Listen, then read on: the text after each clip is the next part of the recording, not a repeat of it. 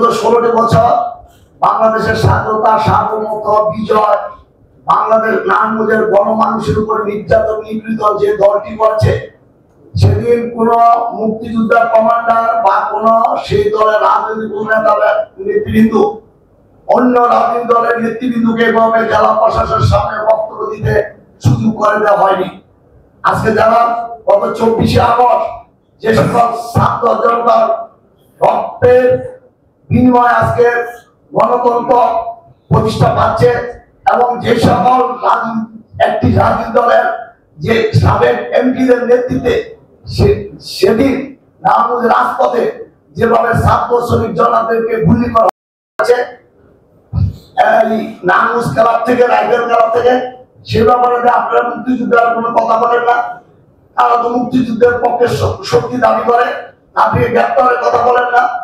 মুক্তিযুদ্ধ হলে কি সে কি আইনের ঊর্ধ্বে?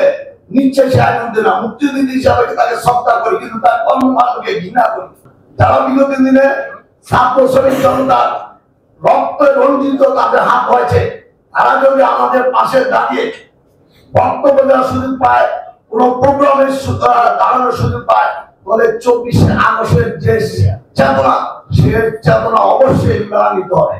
আজকে আপনারা অনেকে বলেন সকল রাজনৈতিক দলের সুযোগ অবশ্যই সে নতুন বাংলাদেশ হবে, বাংলাদেশ হবে আমলিক মুক্ত বাংলাদেশ হবে, সে নতুন বাংলাদেশ।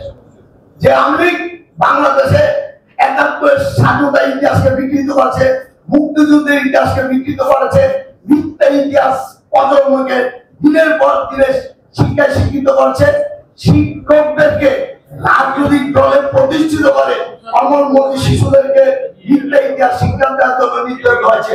তাদেরকে আমরা যারা সচেতন রাজনীতিবিদ, আমরা অবশেষে নিতে পারি না। অতএব আমি আবার বলি, আমি মুক্তিযোদ্ধাদের প্রতি পূর্ণ মর্যাদা শ্রদ্ধাশীল রেখে বলতে চাই, আমরা আমার কথাকে অন্যদিকে ধারিত করবেন না। আমার কথাকে আপনারা মনে প্রাণে ভূমিকান বিশ্লেষণ করবেন যে আমি কি বলতে চাই।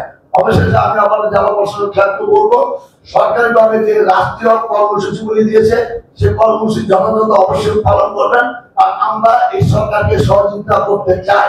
এই সরকার ব্যর্থ, সেটা আমরা চাই না। এই সরকারকে ব্যর্থ করার জন্য নারায়ণগঞ্জ আপনার গতকাল করে একটা ভিডিও ফুটেজ হয়েছে, আপনারা দেখছেন ভারতবর্ষে আওয়ামী লীগের দায়িত্ব দিয়েছে নানককে এবং ভারতীয় নাসিমকে।